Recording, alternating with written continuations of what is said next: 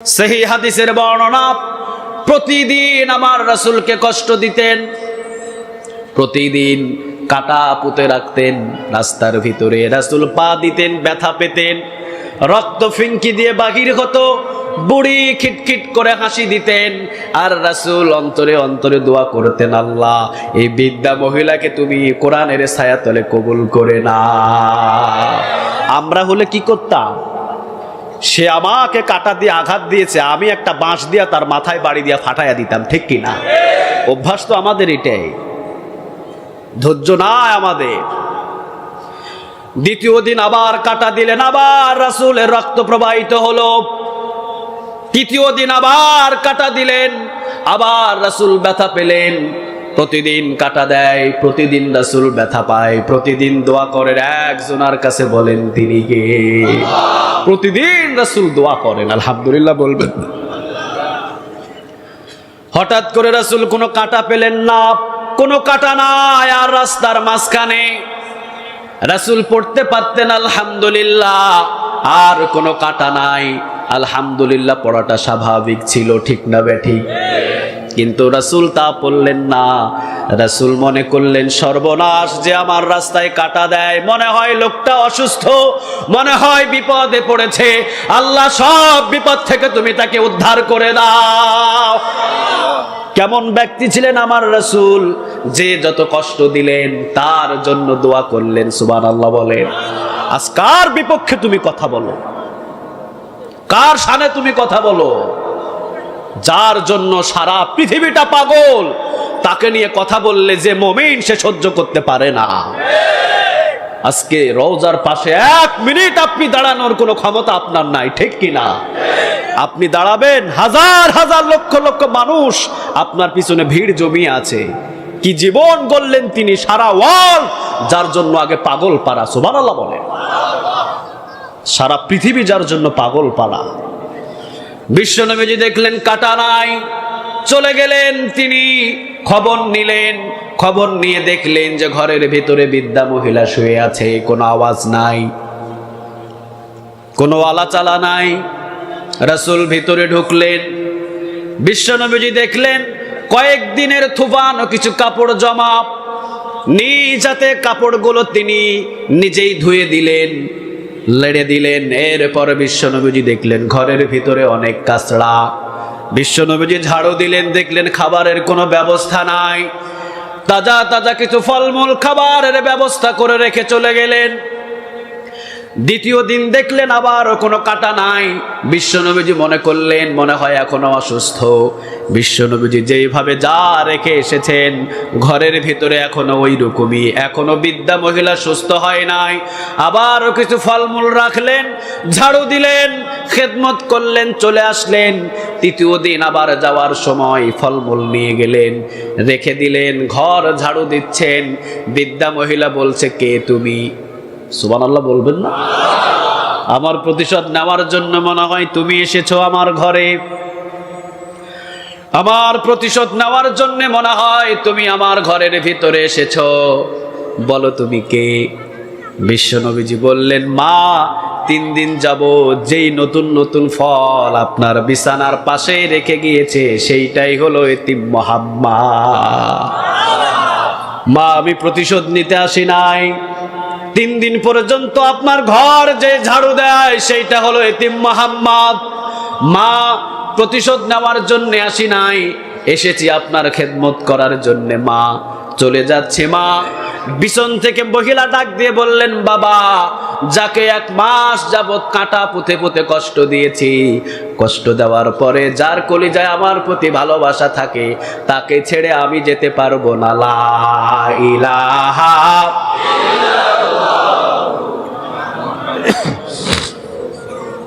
একটা পার্সন, একটা ব্যক্তি ওই রকম আপনি আজও পর্যন্ত দেখাতে পারবেন না, ঠিক না ঠিক?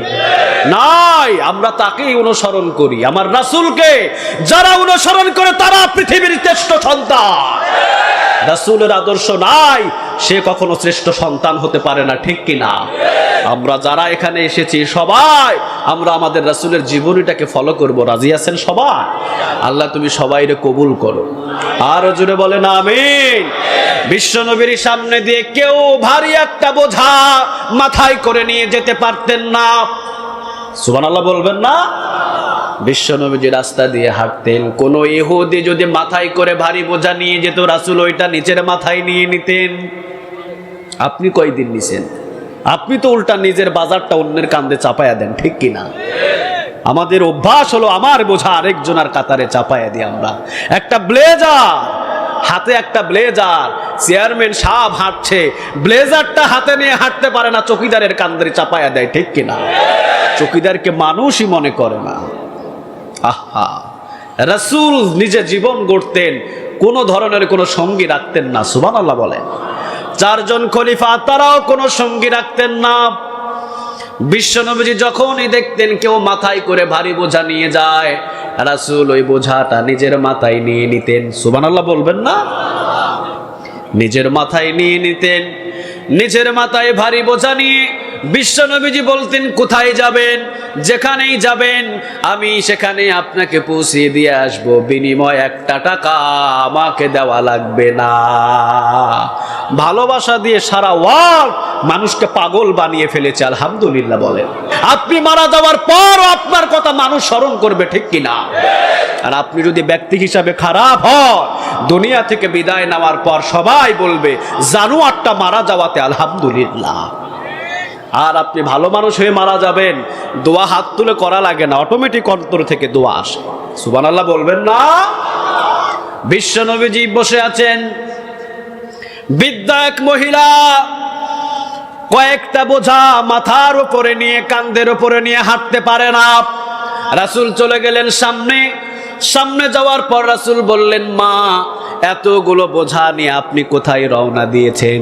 একে তো মরুভূমির গরম, মরুভূমির ভিতরে হাঁটাও যায় না, ঠিক না ব্যাঠিক? মরুভূমির ভিতরে যারা হেঁটেছেন খালি পায়ে আপনি হাঁটতে পারবেন না, উত্তপ্ত গরম বালু হয়ে থাকে।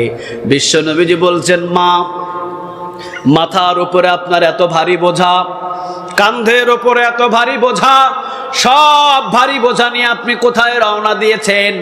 বৃদ্ধা মহিলা বললেন, বাবা তোমাকে তো আমি চিনি না, মক্কার ভিতরে একটা নতুন পাগলের আগমন। আবু জেহেল আমাকে বলল, বুড়িমা ওই পাগল মানুষটার দর্শন খবরদার আপনি নিবেন না, সে যাকে ধরে তাকে নাকি পাগল বানায়া দেয়। নাউজুবিল্লাহ বলে, তাকেই পাগল বানিয়ে দেয়। পাগল থেকে ভয় করে বাড়ির সব সম্পদগুলো ব্যাগের ভিতরে ঢুকিয়েছি, মক্কা ছেড়ে দেব। ওই পাগলের কাছ থেকে অনেক দূরে চলে যেতে চায়। আব্দুল্লাহর ছেলে মোহাম্মদ নাকি সে পাগল, নাউজুবিল্লাহ নাই?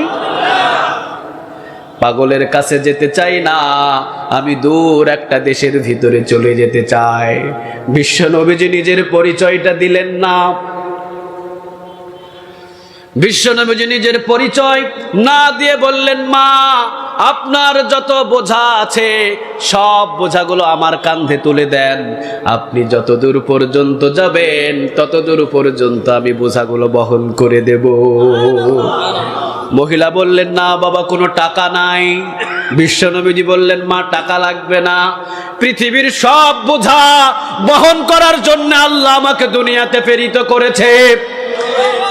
মহিলাটা হিকমতের কথা শুনতে পারলেন না, বুঝতেও পারলেন না, কারণ নবীরা কথা বলতেন সব হিকমতের কথা, ঠিক না বেঠিক? হিকমতের কথা না বুঝে বললেন, ঠিক আছে বাবা নাও। মাথার উপর, পিঠের ওপর, কাঁধের ওপর 3 থেকে 4টা বোঝা নিলেন মুহাম্মদ সাল্লাল্লাহু, নিয়ে তিনি রওনা দিলেন। বৃদ্ধা মহিলা পিছনে পিছনে হেঁটে যায়, পিছনে হাঁটে, পায়ের চেহারার দিকে তাকায়। বৃদ্ধা মহিলা পায়ের চেহারার দিকে তাকিয়ে দেখে, পৃথিবীতে অনেক মানুষের পা দেখেছি, এত সুন্দর মানুষের পা আমি জীবনে কখনো দেখি নাই। হাতের দিকে তাকায়, হাতের দিকে তাকিয়ে বৃদ্ধা মহিলা পাগল হয়ে যায়। অনেক হাত দেখেছি আমি জীবনে, এত সুন্দর মায়াবন্য হাত আমি কখনো দেখি নাই। চেহারার দিকে তাকায় পাগল হয়ে যায়। রাসূলের সৌন্দর্য চেহারা আল্লাহ ঢেকে রাখতেন সব সময়। সুবহানাল্লাহ বলে। ভালো জিনিস তো সব সময় ঢেকে রাখা লাগে, ঠিক না বেঠিক? চেহারার দিকে তাকালে মহিলাটা পাগল হয়ে যায়।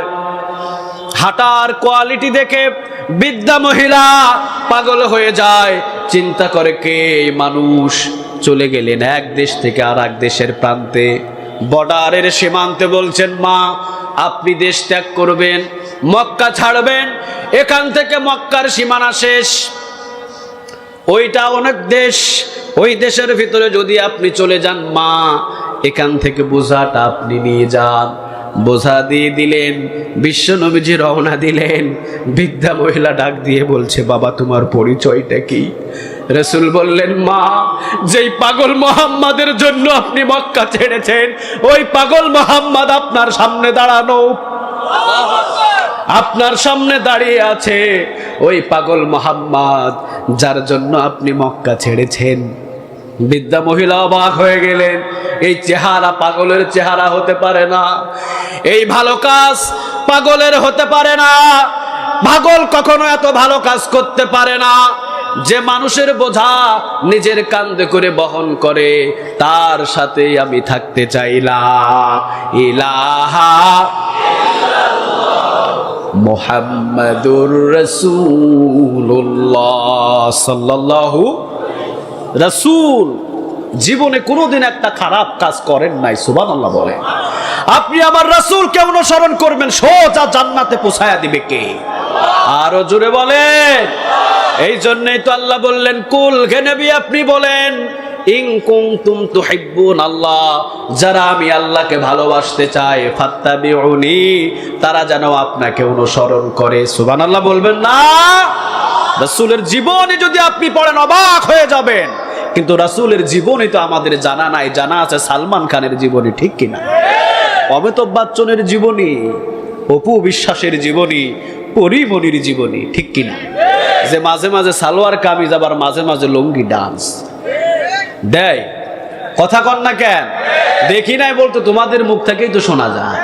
তোমরাই তো পোস্ট করো ফেসবুকের ভিতরে। আল্লাহ আমাদের সবাইকে কবুল করুন। আরো জোরে বলেন আমিন। কোরআনের দাওয়াত যদি বন্ধ হয়, লুঙ্গি ডান্স বাংলাদেশে হবে, আজান হবে না, ঠিক কিনা? কোরআনের দাওয়াত করোনা ভাইরাসের ভিতরে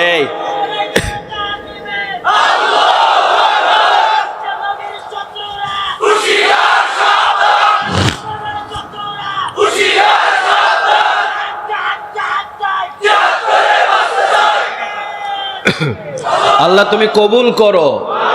আরো জোরে বলেন আমিন। আমার রাসূলের অনুসরণ ছাড়া পৃথিবীতে কখনো শান্তি মিলতে পারে? আরো জোরে বলেন পারে? রাসূলকে অনুসরণ করেন, জীবনটা আপনার পাল্টে যাবে, ঠিক কিনা? রাসূলকে অনুসরণ করবেন না, আপনার জীবন এলোমেলো হয়ে যাবে। সোজা রাস্তা দিয়ে জান্নাতে যেতে হলে রাসূলের অনুসরণের প্রয়োজন, ঠিক কিনা? বিশ্ব নবীজিকে যতই কষ্ট দেওয়া হতো, ততই বিশ্ব নবীজি তার প্রতি ভালোবাসা দেখাতেন। আজকের অনুসরণ আজ থেকে আমাদের এইটা হবে, ঠিক না বে ঠিক? আপনাকে যত কষ্ট দেয় তাকে বেশি ভালোবাসবেন, দেখবেন সে আপনার সাথে বন্ধু হয়ে যাবে। আলহামদুলিল্লাহ নাই? এক ইহুদি আসলেন বিশ্ব নবীর ঘরে। কে আসলেন? কথা কন না কেন? ইহুদি সব সময়ের জন্য রাসূলকে কষ্ট দিতেন। আজকে একবারে বাড়ি পর্যন্ত চলে এসেছে। বাড়িতে এসে বলছেন, মুহাম্মদ আমি তোমার বাড়িতে আজকের রাতটা থাকতে চাই। বিশ্বনবীজি নিজের বিছানা ছেড়ে দিলেন। সুবহানাল্লাহ নাই? আর আপনার বাড়িতে মেহমান গেলে তো আপনি বিরক্ত হন, ঠিক না বে ঠিক? না, বিশ্বনবীজি নিজের বিছানা ছেড়ে দিলেন একজন ইহুদির জন্য। আলহামদুলিল্লাহ বলে। নিজের ঘর ছেড়ে দিলেন, নিজের বিছানা বিশ্বনবীজি ছেড়ে দিলেন। নিজের যে খাবার, সেই খাবারটা ইহুদিকে খাওয়ালেন। ইহুদিকে বললেন, আপনি ঘুমান, আমি পাশেই আছি, কোনো কিছু জিনিসের যদি প্রয়োজন হয় আপনি আমাকে ডাক দিয়েন। বিশ্বনবীজিকে ডাক দিলেন না। বিশ্বনবীজি চলে গেলেন মসজিদে নববীতে, অথবা ইবাদতখানায় চলে গেলেন আমার রাসূল। এই দেখে ইহুদি যা রাতের বেলা খাবার খেয়েছেন, বিশ্বনবীর বিছানায় পেশাব আর পায়খানা করে ভরিয়ে রেখে বিশ্বনবীজির বিছানা থেকে পালিয়ে চলে গেলেন রাতে রাতে। আমার রাসূল আসলেন, ঘরের ভিতরে ঢোকা যায় না দুর্গন্ধে। রাসূল ঢুকলেন, সব বিছানাগুলো একত্রিত করলেন, পাত্রর ভিতরে অথবা যে কোনো স্থানে করে নিয়ে চলে গেলেন কূপের কাছে। কূপের কাছে যাওয়ার পর বিশ্বনবীজি ধৌত করছেন আর দোয়া করছেন, আল্লাহ। ওইদিকে ইহুদি কূপের পাশে দাঁড়িয়ে দেখছে মুহাম্মদকে কতটা কষ্ট দিই, একটু দেখা দরকার। তাকিয়ে আছে বিশ্বনবীজি ধয় আর দোয়া করেন, আল্লাহ, রাতের বেলা যেই মেহমান আমার ঘরে এসেছে ওই মেহমানদারকে মেহমানদারি ঠিক মতো করতে পারি নাই, এই জন্য কিয়ামতের ময়দানে মুহাম্মদকে তুমি লজ্জিত করো না। আল্লাহ, লোকটা অনেক কষ্ট পেয়েছে আমার জন্যে, ঠিক মতো আমি তার খবর নিতে পারি নাই, আল্লাহ তুমিও মাফ করে দিও, আমাকে তাকেও মাফ করে দিও। আলহামদুলিল্লাহ। কোথায় রাগান্বিত হবেন, অথচ যার জন্য দোয়া করেন। দৌড় দিয়ে আসলেন বিশ্বনবীর সামনে। আসার পরে ইহুদি বললেন, ও মুহাম্মদ, আমি ইচ্ছা করে কাজটা করেছি, তোমাকে কষ্ট দেওয়ার জন্য করেছি, অথচ তোমার প্রতি ভালোবাসা পেয়েছি, তোমার সাথে আমি থাকতে চাইলাম। ইলাহা মুহাম্মাদুর রাসূলুল্লাহ সাল্লাল্লাহু। তুমি এমন মানুষ হলে কেন? তোমার দরবারে ঢুকতে হলে 50টা সিরিয়াল লাগে, ঠিক কিনা? এত ব্যস্ত কেন তুমি? রাসূলের দরবারে ঢুকতে কখনো কোনো মানুষ সিরিয়াল দেওয়া লাগতো না, সোজা রাসূলের কুলে চলে যেতেন। আলহামদুলিল্লাহ বলেন। আমরা তো একের পর এক ব্যস্ততা রেখে দিয়েছি, এই সিরিয়াল থেকে ওই সিরিয়াল, ওই সিরিয়াল থেকে ওই সিরিয়াল। সকাল 8টায় সিরিয়াল শেষ হতে রাতের 8টা বেজে যায়, ঠিক কিনা? পরবর্তীতে বলে বস নাই, বস চলে গেছে, কালকে আইসেন। আবার সিরিয়াল, আবার সিরিয়াল, সিরিয়ালে সিরিয়ালে আমরা শেষ। কে বলেছে আপনাকে এত সিরিয়াল দিতে? আবার আমরা মাঝে মাঝে বড়াই করি, আমারে চিনো নাকি, ঠিক না ব্যাঠিক? রাসূল জীবনে কোনোদিন কখনো কলার ধরে বলে না আমারে চিনো নাকি। পৃথিবীর সবচাইতে দামি মানুষটা বলতেন না? সুবহানাল্লাহ বলবেন না? তুমি কোন খাতের কোন মূলা এটা তোমাকে কেন চিনতে হবে? আসল মানুষকে চিন্তা দরকার, চিল্লা বলো ঠিক কিনা? তুমি কোন খাত থেকে উঠে এসেছো, কোন খাতের মূলা, তোমাকে চিনতে হবে কেন? কোন মানুষকে চিনার প্রয়োজন নাই, একজনকে চিনবেন, বলেন তিনি কে? আরো জোরে বলেন। যারা মানুষের কাছে নিজের পরিচয় দিয়ে বড় হতে চায় এরা মানুষের রূপ ভিতরে থাকে না, গরু আর শিয়ালের রূপ থাকে, ঠিক কিনা? খবরদার, রাসূল জীবনে কখনো কোনো দিন নিজেকে নিয়ে বড়াই করেন নাই। আজ থেকে অনুসরণ করবেন তো? আল্লাহ সবাইকে কবুল করো। আর জোরে বলেন আমিন। রাসূল যেই রকম আখিরাতের ভয় সব সময় করতেন, মুসলিমের বর্ণনা, সহিহ হাদিসের বর্ণনা, বিশ্বনবী প্রতিদিন 100 বারের মতো তাওবা করতেন, আবার 70 বারেরও বেশি তাওবা করতেন। আপনি করেন কয়বার? একবারও আমাদের তাওবা নাই, ঠিক না ঠিক? জীবনের সামনে এবং পিছনের কোনো গুনাহ নাই, এবারও তাওবা রাসূলের আছে না নাই? আবার বিশ্বনবীজি নামাজে দাঁড়াতেন, সিজদায় পড়তেন, আল্লাহর কাছে বলতেন, আল্লাহুম্মা হাসিবনি হিসাবান ইয়াসিরা, ও আল্লাহ আমার হিসাবটাকে তুমি সহজ করে দিও। আলহামদুলিল্লাহ। আপনার কি হয়েছে? আপনার হয়েছেটা কি? আপনি একদিন আল্লাহর কাছে সহজ হিসাব চাইলেন না। কিয়ামতের ময়দানে যদি আল্লাহ সহজ না করেন একটা মানুষ জান্নাতে যেতে পারবে না, ঠিক কিনা? হিসাব সহজ করতে হবে, চান আল্লাহর কাছে। বিশ্বনবীর সামনে আয়েশা বললেন, ইয়া রাসূলুল্লাহ সাল্লাল্লাহু আলাইহি ওয়াসাল্লাম, আপনি কেন সহজ হিসাব চাবেন? বিশ্বনবী বললেন, সহজ হিসাব ছাড়া কারো পক্ষে আল্লাহর পক্ষ থেকে ছাড় পাওয়া যাবে? কথা বলেন, যাবে না। সহজ হিসাব লাগবে কিয়ামতের ময়দানে। আমি সহজ হিসাব চাই। আয়েশা বললেন, নবী সহজ হিসাবটা কি রকম হিসাব? বিশ্বনবী বললেন, সহজ হিসাব ওই হিসাব কিয়ামতের ময়দানে বান্দা দাঁড়াবে, সব বান্দাদেরকে একজনা দেখতে পাবেন। বলেন তিনি কে? আরো জোরে বলেন কে? আপনি কি মনে করেন আপনাকে দেখে না? কথা কন না কেন? 24 ঘন্টা আপনার দিকে আল্লাহর নজর আছে, ঠিক কিনা? আল্লাহর বাহিরে কোনো কিছু না, একটা সমুদ্র তলদেশ, ছোট্ট বালিকণা, ওই বালিকণার একটা ঘর্ষণ আরেকটা বালিকণার সাথে লাগে, আওয়াজটাও আল্লাহ পায়। সুবহানাল্লাহ বলে। আপনি কি মনে করেছেন কিয়ামতের ময়দানে বলবেন কিছু মানুষদেরকে আল্লাহ টান দিয়ে নেবে পর্দার আড়ালে? সুবহানাল্লাহ বলেন। কিছু মানুষদের বিচার ও আল্লাহ পর্দার ভিতরে করে ফেলবে। সুবহানাল্লাহ বলবেন না? ওই মানুষগুলো হবে তারা যারা দুনিয়াতে অনেক লাঞ্ছিত হয়েছে, ঠিক না বেঠিক? যাদেরকে মিথ্যা মামলা দিয়েছে, যাদেরকে অন্যায়ভাবে দুনিয়া থেকে শেষ করেছে, তাদের বিচার আল্লাহ পর্দার আড়ালে করবেন। কথাটা কার? কখনো প্রকাশ্যে তাদেরকে বিচার করা হবে না। দুনিয়াতে অনেক লাশ শরম দেওয়া হয়েছে মিথ্যা মিথ্যা ভাবে, আছে না নাই? কথা কন না কেন? কিয়ামতের ময়দানে আল্লাহ বলবে তুই আমার কাছে সহজ হিসাব চাইতে আয়। বিশ্ব নবীজি বললেন আয়েশা, কিয়ামতের ময়দানে আমার আল্লাহ কিছু মানুষকে ডাক দিয়ে নেবে। ডাক দিয়ে নেওয়ার পর বলবে বান্দা তুই আমার কাছে সহজ হিসাব চাইতে আয়, আমি আল্লাহ তোকে সহজ হিসাব দিয়ে দেব। আড়ালে নিয়ে যে আমার আল্লাহ বলবে বল এই গুনাহগুলো করেছিলি কেন? জিজ্ঞাসা করছেন কি? আরো জোরে বলেন। আপনি আর আপনার রব ছাড়া ওই পর্দার ভিতর আর কেউ নাই। আলহামদুলিল্লাহ বলেন। কে জিজ্ঞাসা করছেন? আবার বলেন। প্রতিবার আল্লাহ বলে ডাক দেওয়াতে 40টা নেক আপনার আমল নামায় জমা হয়ে যাচ্ছে। ডাক দিতে কৃপণতা করেন কেন? বলেন আল্লাহ। আরো জোরে বলেন আল্লাহ। মালিকরে সব সময় আপনি ডাকবেন। আলহামদুলিল্লাহ। আল্লাহ রাব্বুল আলামিন আপনাকে প্রশ্ন করবেন বল এই গুনাহগুলো করেছিলি কেন? আল্লাহ প্রশ্ন করছে আপনাকে, আর মিথ্যা কথা বলা যাবে না, ঠিক না বেঠিক? বান্দা বলবেন আল্লাহ আমি করে ফেলেছি। আমি কি করব বলেন? আমি তো করেই ফেলেছি গুনাহ। মাপ চাওয়ার কোনো সুযোগ থাকলে দেন। তবে বান্দার কলিজাটা ভয়ে ধুক ধুক ধুক ধুক করে কাঁপতে থাকবে। কলিজাটা একবারে গলার কাছে চলে আসবে। আল্লাহ বলবেন কেন করেছিলি গুনাহ? এখন তোকে যদি আমি আছাড় দিয়ে শেষ করে দিই, কে তোকে বাঁচাবে? বলছেন কে? আরো জোরে বলেন। আল্লাহ একটু ভয় দেখায় বলবে তোকে আমি আছাড় দিতে চাই, তোকে আমি জাহান্নামে পৌঁছিয়ে দিতে চাই, জাহান্নামের আগুনে তোকে আমি জ্বালাতে চাই। বান্দা বলবেন আল্লাহ আপনি যদি আজকে আমাকে জাহান্নামে পোড়ান আমার কোনো ক্ষমতা নাই। আসলে আসল ক্ষমতার মালিকটাকে?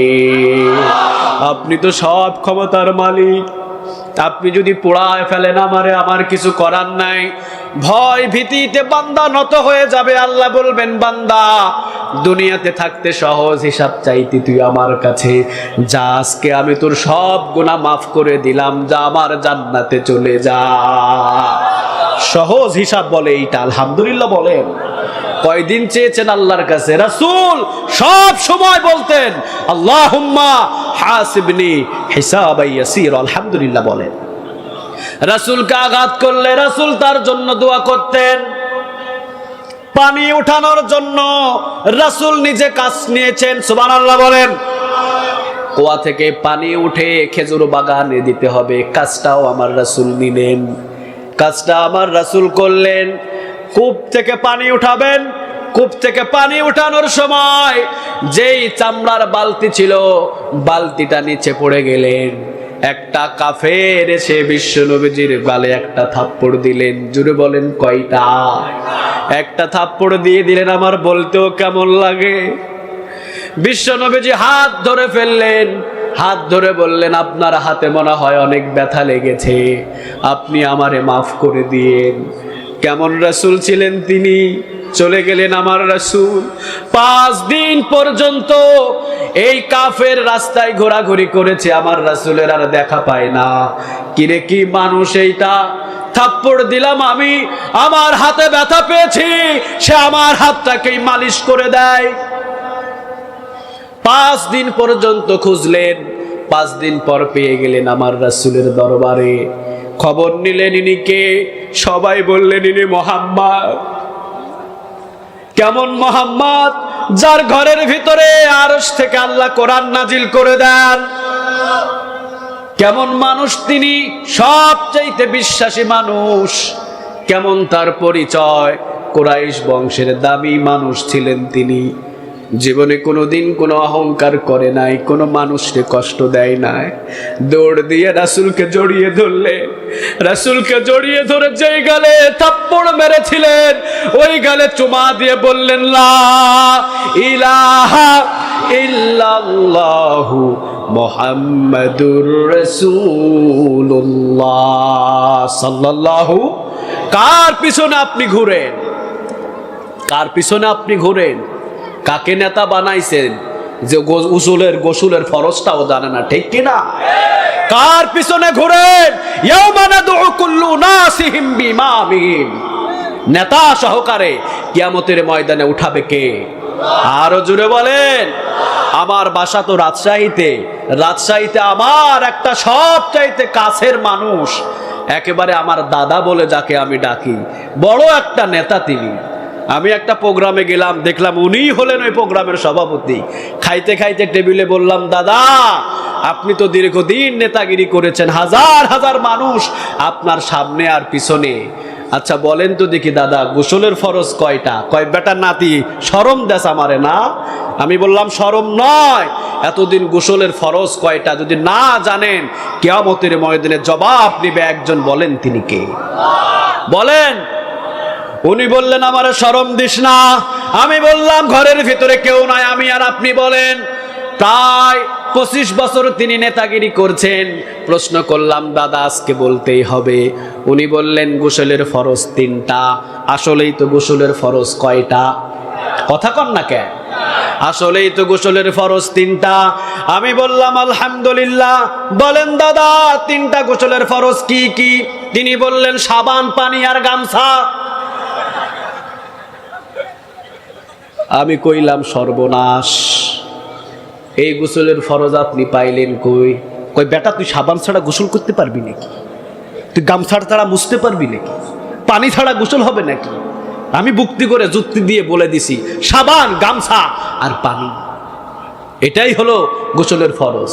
আমি বললাম নিজের বুদ্ধি দিয়ে কখনো ইসলামটা চালানো যায় না, ঠিক না বেঠে? ইসলাম চলে ইসলামের গতিতে। আপনার মতো হাজারটা নেতা জাহান্নামের ভিতরে পড়ে গেলেও ইসলামের কোনো ক্ষতি হবে? কথা বলেন হবে?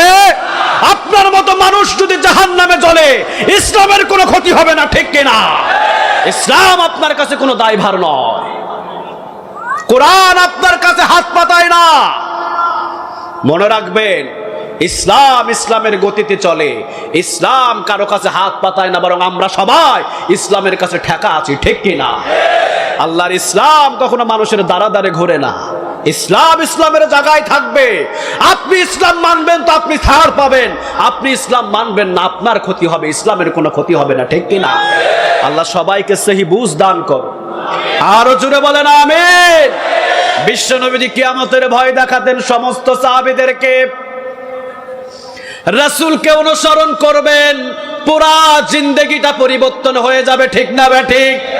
কারণ আল্লাহ নিজেই বললেন, কুল হে নবী আপনি বলেন, ইন কুনতুম তুহিব্বুনাল্লাহ, যারা আমি আল্লাহ রাব্বুল আলামিনকে ভালোবাসতে চায়, ফাত্তাবিউনি, তারা যেন আপনারে অনুসরণ করেন। বিশ্ব নবীজিরে অনুসরণ করলেন হযরত ওমর। সুবহানাল্লাহ বলবেন না? রাসূল যেই রকম, শিক্ষক যেই রকম, ছাত্র সেই রকম। সুবহানাল্লাহ। বিশ্ব নবীজি একদিন ওমরকে বললেন, ওমর লা তাজিরু ওয়াজিরাতু উযরা উখরা, কিয়ামতের ময়দানে যার যার বিচার তাকেই দিতে হবে। কিয়ামতের ময়দানে যার যার বোঝা তার কাঁধেই থাকবে, ঠিক না ঠিক? আপনার বোঝা আপনার ছেলে নেবে না, আপনার বোঝা আপনার মেয়ে নেবে না, আপনার বোঝা আপনার কাঁধের উপরে চাপায়া দিবে কে? ওমর রাদিয়াল্লাহু তাআলা আনহু অবাক হয়ে গেলেন। লা তাজিরু ওয়াজিরাতু উযরা উখরা, একটা নসিহত উমরের জীবনটা পরিবর্তন হয়ে গেল। আলহামদুলিল্লাহ বলেন। 9 মাস হলেন ওমর দুনিয়া থেকে বিদায় হলেন। জোরে বলেন কয় মাস? আরো জোরে বলেন কয় মাস? সম্পদ যার যত বেশি আপনার টাকা, যত বেশি আপনার পয়সা, যত বেশি আপনার বাড়ি গাড়ি, হিসাবও আপনার তত বেশি, ঠিক না বে ঠিক? সম্পদ আপনার কমে যাবে, হিসাবটাও কম করে দিবেন কে? সহিহ মুসলিমের বর্ণনা, কিয়ামতের ময়দানে একটা গ্রুপ মানুষগুলো বলবে আমরা সোজা জান্নাতে যেতে চাই। সুবহানাল্লাহ বলবেন না? কোথায়? কথা কন না কেন? কোথায় যেতে চায়? আমাদের মতো গরিব যারা মাথায় বোঝা টানতে টানতে ব্যথা হয়ে আছে, কান্ধে কড়া পড়ে গেছে, লবণের জমিনে কাজ করতে করতে হাত দিয়ে ভাতও খাইতে পারে না, ঠিক কিনা? একেবারে অবস্থা খারাপ। ও হাসলে দেখাই যায় না দাঁত ছাড়া, ঠিক কিনা? একবারে কালো কয়লা। কিয়ামতের ময়দানে গরিব মানুষগুলো জান্নাতের দিকে রওনা দেবে। ফেরেশতারা সামনে দাঁড়াবে, বলবে কোথায় যাও? মানুষেরা বলবে পথ ছাড় বেটা, জান্নাতের দিকে যাই। সুবহানাল্লাহ বলবেন না? ফেরেশতারা বলবেন দাঁড়াও, হিসাব নিকাশ হয়েছে নাকি? বান্দারা বলবে বেটা হিসাব কিসের, মালই তো পাই নাই। মাল পাইলেই না হিসাব দিতাম, ঠিক না বে ঠিক? সকালে এনেছি, পরের দিন আর কোনো খাবার নাই, এমন লোক আছে না নাই? দিন এনেছি, দিন খেয়েছি, হাতের কড়া এখনো যায় নাই, কান্ধের কড়া এখনো যায় নাই, মাথার ব্যথা এখনো যায় নাই, হিসাব কিসের, মালই তো পাই নাই। ফেরেশতারা বলবেন আল্লাহ এই গোলামগুলো কোনো হিসাবই দিতে চায় না, বিনা হিসাবে জান্নাতে যেতে চায়, এরা নাকি মালই পায় নাই। আল্লাহ বলবেন বিগাইরে হিসাব, বিনা হিসাবে আমি মাফ করে দিলাম। গরিব মানুষগুলো বিনা হিসাবে তারা জান্নাতে চলে যাবে। সুবহানাল্লাহ বলেন। 500 বছর আগে, কয়শো বছর? কথা কন না কেন? আর যাদের হিসাব বেশি হবে, কিয়ামতের ময়দানে হিসাব দিতে দিতে তারা 500 বছর লেট হয়ে যাবে। জান্নাতের নাজ নিয়ামত গরিবেরা ফুর্তি করবে, এরা এখনো হিসাবই দিতে পারবে না। আল্লাহু আকবার। এই জন্য যার যত নেক আমল, যার যত সম্পদ, যার যত বেশি বাড়ি গাড়ি, তার হিসাবও বেশি, ঠিক না বে ঠিক? ওমর দুনিয়া থেকে বিদায় হয়ে গেলেন। 9 মাস পরে একজন সাহাবী ওমরকে স্বপ্নে দেখলেন। কয় মাস? আরো জোরে বলেন, কয় মাস? 9 মাস পরে ওমরকে স্বপ্নে দেখলেন। ওমরের সাথে কথা বলতে চান, এই সাহাবী ওমর কথা বলছে না। 9 মাস পরে সাহাবী স্বপ্নে দেখলেন ওমরকে। সাহাবী ওমরের সাথে কথা বলতে চান, ওমর কথা বলার কোনো সুযোগ নাই, ওমর শুধু ব্যস্ততা দেখায়। সাহাবী প্রশ্ন করলেন ওমর আপনি এত ব্যস্ততা কেন? ওমর বললেন যতদিন জনগণের খেদমত করেছি এখনো পর্যন্ত হিসাব দিয়ে আমি ওমর শেষ করতে পারি নাই। কি ছিলেন ওমর? জীবনে হিসাবের জন্য 24টা ঘন্টা ওমর কষ্ট করতেন। যিনি খাইতেন, আমরা আটা চালার পর যেই ভুসিগুলো ফেলে দিই, ভুসিগুলো খেয়ে খেয়ে জীবন গড়েছে আলহামদুলিল্লাহ। রোম থেকে, কান্ট্রিগুলো থেকে আসলেন কিছু দূর, এসে ওমরকে বললেন ওমর আপনি যেই ভুসির রুটি খান, এই রুটিটা আমাদের এলাকায় চাকর পর্যন্ত খায় না, চাকরে খায় না। আপনার হাতে যে রুটিগুলো দেখছি, আমরা গমের আটা চালার পর কি বাহির হয়? কথা কন না কেন? গমের একটা ভুসি নাই, চালের ভুসি নাই, গমের ভুসিগুলো থাকে, গমের ভুসি দিয়ে রুটি খাচ্ছেন ওমর। সাথে হলো জাইতুনের তেল, কোনো গোশত নাই। একটা নসিহত রাসূল করেছিলেন, রাসূলের কথা কত ভালোবাসতেন ওমর। রাসূল শুধু বলেছিলেন লা তাজিরু ওয়াজিরাতু বিজরা উখরা। ওমর তোমার হিসাব তোমাকেই দিতে হবে, তোমার হিসাব কেউ দেবে না। ওমরের জীবনটা পরিবর্তন হলো। রাসূলের এত নসিহত আমরা শুনি, আজ পর্যন্ত আমাদের জীবনটাকে পরিবর্তন করতে পারি নাই, ঠিক না ভাই? আজ থেকে রাসূলকে অনুসরণ করব আমরা। সবাই রাজি আছেন তো? আল্লাহ সবাইরে কবুল করো। রোম থেকে সবাই বললেন ওমর জাইতুনের তেল আর এই ভুসির রুটি, আপনি কি এর চাইতে ভালো কোনো খাবার খেতে পারবেন না?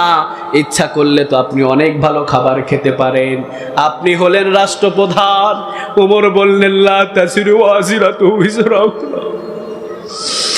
আমি ওমর যদি এর চাইতে ভালো রুটি খাই, ওমরের রাষ্ট্রীয় মানুষ যতগুলো আছে সবাই যদি কিয়ামতের ময়দানে বলে, ওমর আমরা তো ভুসির রুটি খেয়েছি আর আপনি সাদা আটার রুটি খেয়েছেন, ওইটার হিসাব আজকে দেন।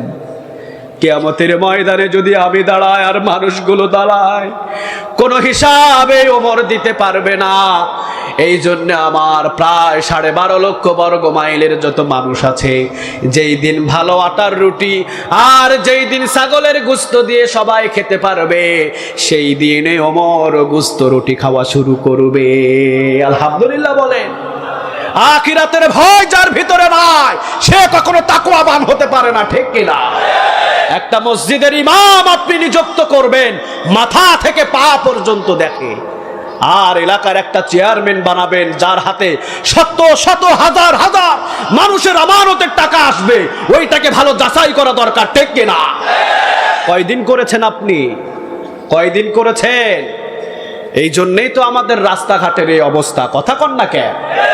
রাস্তা খেয়েছেন, লা তাজিরু ওয়াজিরাতু বিজরা উখরা, ওই রাস্তা নিয়ে কিয়ামতের ময়দানে উঠতে হবে, ঠিক কিনা? খেয়েছেন আপনি টয়লেটের টাঙ্কি, টয়লেটের টাঙ্কি কাঁধের উপরে উঠায়া দিবে কে? খেয়েছেন আপনি পায়খানা, পায়খানা খাইছেন, টয়লেটের টাঙ্কি খাইছেন, ওইটাই কাঁধের উপরে থাকবে, ঠিক না বেঠিক? ওমর নিজে বলতেন, লা তাজিরু ওয়াজিরাতু বিজরা উখরা, কিয়ামতের ময়দানে আমি ওমরকে জবাব দিতে হবে। এই জন্য আমি 1 ইঞ্চি পরিমাণ 19-20 করতে পারবো। আরো জোরে বলেন, পারবো। চাবুকটা নিয়ে ওমর বাহির হয়ে যেতেন রাতের বেলা, কুয়াশার ভিতরে দূর থেকে দেখলেন তাঁবুর ভিতরে একটা আলো জ্বলে, দৌড় দিলেন ওমর। দরজার কাছে, তাঁবুর দরজার পাশে গিয়ে শুনছেন 2টা বাচ্চা কান্না করছে। মা, এমন একটা এলাকায় আপনি আসলেন, আমরা ছিলাম ইহুদিদের এলাকায়, আপনি বললেন ওমরের এলাকায় চল, খাবারের কোনো অভাব হবে না। 3 দিন পর্যন্ত রাত কাটালাম, সকাল গেল, বিকাল গেল, রাতও গেল, 3 দিন গেল, কোনো খাবারের ব্যাপার নাই, কোনো খাবারের ব্যবস্থা হলো না। মা, ওমর দরজায় দাঁড়িয়ে শুনলেন, টোকা দিলেন, মা দরজা খুলেন। ভিতরে থেকে বলল, বাবা দরজা কেন খুলবো, যাও, ঘরের ভিতরে কোনো খাবার নাই, 3 দিন হয়েছে এখনো পর্যন্ত কোনো খাবারের ব্যবস্থা করতে পারি নাই, আমার ঘরে কোনো খাবার নাই, বাবা চলে যাও। আবার বললেন, মা দরজা খুলেন, অনুমতি দেন ভিতরে আসার জন্যে। ভিতরে আসার জন্য ওমরকে অনুমতি দেওয়া হলো। ভিতরে ঢুকেই দেখেন একটা চুলা জ্বলে। মা বললেন, মা খাবার রান্না হচ্ছে, বাচ্চাদের খাবার দেন না কেন? বলছে, বাবা খাবার দেব কিভাবে? সব পাতিলের ভিতরে শুধুমাত্র পাথর আর পানি দিয়ে নাড়ানাড়ি করি, 3 দিন পর্যন্ত 2টা বাচ্চারে বুঝ দিচ্ছি, ওমরের এলাকায় এসেছি, 3 দিন পর্যন্ত আমাদের কোনো খাবার না হয়। ওমর অবাক হয়ে গেলেন, পায়ের নিচে ওমরের মাটি নাই। বললেন, মা আপনি একটু অপেক্ষা করেন, দেখি কোনো কিছু করা যায় কিনা। দৌড় দিলেন, খুললেন গোডাউন, বললেন আটা ঢোকাও, কিছু মিশ্রি ঢোকাও, কিছু খেজুর ঢোকাও। বস্তাটা ওমরই উঠালেন মাথায়। 2 জন প্রহরী এসে বললেন, ওমর আপনি আমাদেরকে রেখে দিয়েছেন এইগুলো বোঝা ঢোয়ানোর জন্যে, আপনি নিজের মাথায় নেন কেন? আপনি যদি বোঝাই ঢোয়াবেন আমাদেরকে কর্মচারী রেখেছেন কেন? ওমর বললেন, আজকের বোঝা যদি তোমরা নিতে চাও, কিয়ামতের ময়দানে ওমরের একটা বোঝা হবে, ওই বোঝা নেওয়ার জন্য কে এখানে প্রস্তুত আছো? সব মানুষগুলো অবাক হয়ে ওমরের দিকে তাকিয়ে রইলেন। ওমর বললেন, লা তাজিরু ওয়াজিরাতু বিজরা উখরা, আমার বোঝা সেই দিন আমারই কাঁধে থাকবে, আমার বোঝা আমার কাঁধে নিতে দাও। চলে গেলেন ওমর, দরজা খুললেন, ভিতরে ঢুকে বললেন, মাটাগুলো আপনি খামির বানান, আর যেই চুলার আগুন নিভে গেছে আমি ওমর ফু দিয়ে চুলার আগুনটা ধরাইয়া দিই। 12.5 লক্ষ বর্গ মাইলের প্রেসিডেন্ট ফু দিয়ে চুলার আগুন ধরায়া যায়, বিন্দু পরিমাণ কোনো অহংকার নাই। সুবহানাল্লাহ বলে। সমান থাকতেন। রোম শহরের ভিতরে তিনি চলে গেলেন, জেরুজালেমের ভিতরে ওমর চলে গেলেন। ওমরের সাথে 1 জন নিলেন। জোরে বলেন, কয়জন? আরো জোরে বলতে হবে। 1 জনকে সাথে নিলেন। ওমর রশি ধরে দাঁড়িয়ে আছে, জেরুজালেমের সবাই ওমরের চাকর উঠের পিছে ওমর উঠিয়ে দিলেন, ওমর রশি টানলেন, চাকরকে সবাই রিসিভ করে নিয়ে গেলেন, ভিতরে নিয়ে খাবার দিলেন। চাকর বলছেন আমি ওমর নয়, রশি ধরে যে দাঁড়িয়ে আছে উনি হলেন ওমর, আমাকে কেন আপনারা যত্ন করছেন? সবাই দৌড় দিলেন, দেখলেন ওমর এখনো পর্যন্ত রশি ধরেই দাঁড়িয়ে আছে। এক বাক্যে প্রায় ৭,০০০-এরও বেশি মানুষ ওই জায়গায় কালেমা পড়েছিলেন, লা ইলাহা মুহাম্মাদুর রাসূলুল্লাহ। কোনো অহংকার নাই ওমরের।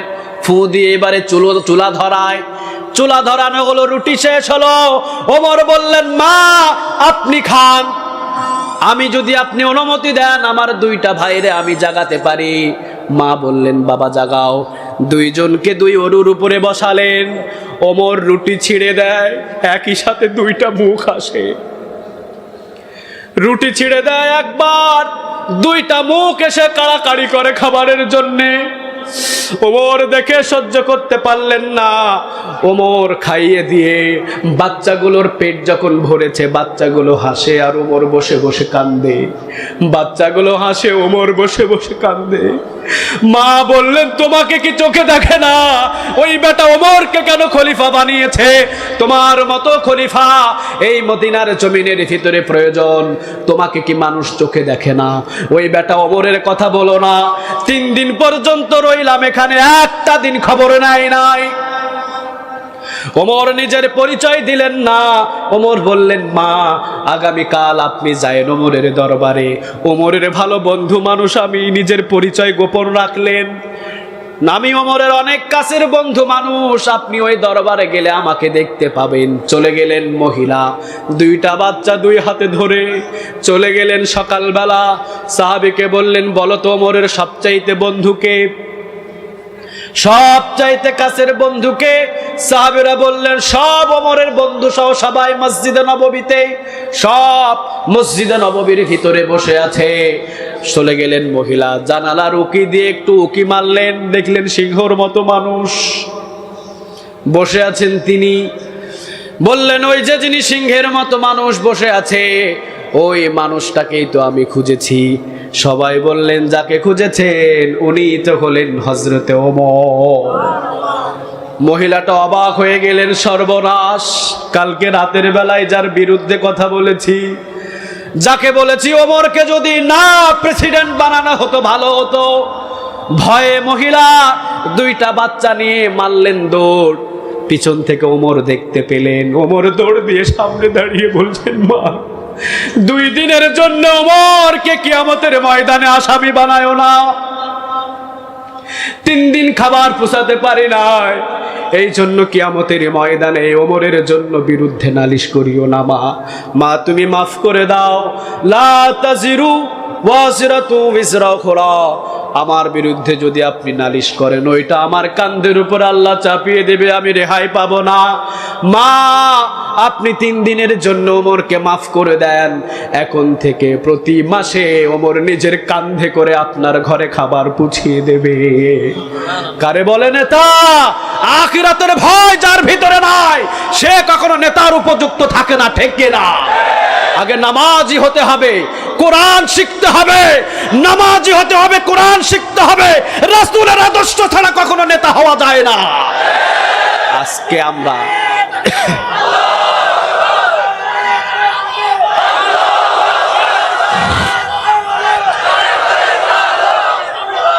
আল্লাহ তুমি কবুল করো, আরো জোরে বলেন আমিন। আমরা কিছুদিন আগে দেখেছিলাম একটা দৃশ্য, পার্লামেন্টে কোরআন আর হাদিস থেকে যখন কথা বলা হতো সবাই তাক লাগিয়ে তাকিয়ে থাকতো, ঠিক কিনা? আমরা অবাক হয়ে যেতাম। এখন ঢুকাইছে কারে? শুধু ওখানে ঢুকে শুরু করে ফেটে যায়, ছিঁড়ে যায়, ঠিক কিনা? মমতাজ ঢুকেছে আজীবন, যে কোরআনের বিরোধিতা করেছে, আজীবন নত্য কিভাবে গান গেয়েছে। কোরআনটা ময়দানে নেমেছে, কোরআন পার্লামেন্ট যেতে দেরি হবে না। আর কোরআন যদি একবার পার্লামেন্টে যায় কোন মমতাজ পাগলি থাকতে পারবে না। এই দিন হবে কোরআনের দিন। ভাই হাত হাই,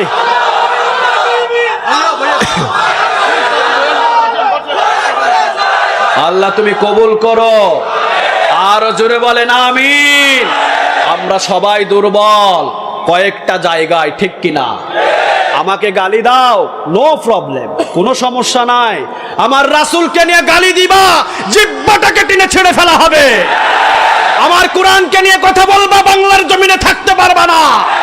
হজের বিপক্ষে কথা বলবা, বাংলায় ঠাঁই হবে না।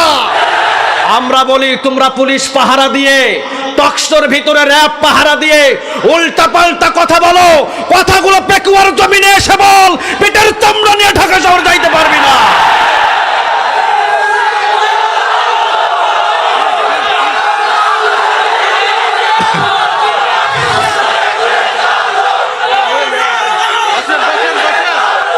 আল্লাহ তুমি কবুল করো।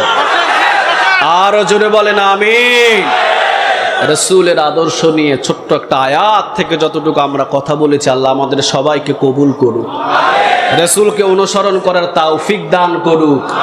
রাসূলকে অনুসরণ নাই তো আপনার জীবনটা এলোমেলো হয়ে যাবে, ঠিক কিনা? আর রাসূলের আদর্শ নিয়ে চলবেন, আপনি একজন জান্নাতি ব্যক্তি। আলহামদুলিল্লাহ বলেন। রাসূল যেই রকম, রাসূলের সাহাবীরাও তো ঠিক একই রকম, ঠিক কিনা? কারণ রাসূল থেকে শিক্ষা গ্রহণ করেছে। আমরা কার উম্মত? কথা কন না কে? আমরা সেই উম্মত, আমরা না ধাক্কা দেওয়া পর্যন্ত জান্নাতের কোনো দরজা ঢুকবে না। আমরা আগে উদ্বোধন করব জান্নাতের দরজাগুলো। আলহামদুলিল্লাহ বলেন।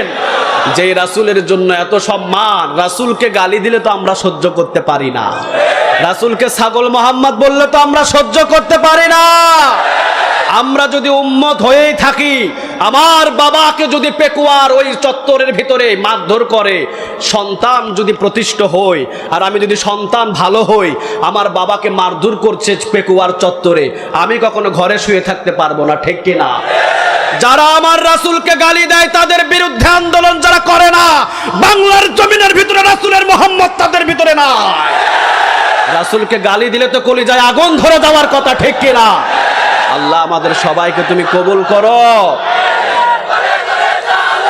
শেষ করে দিব না?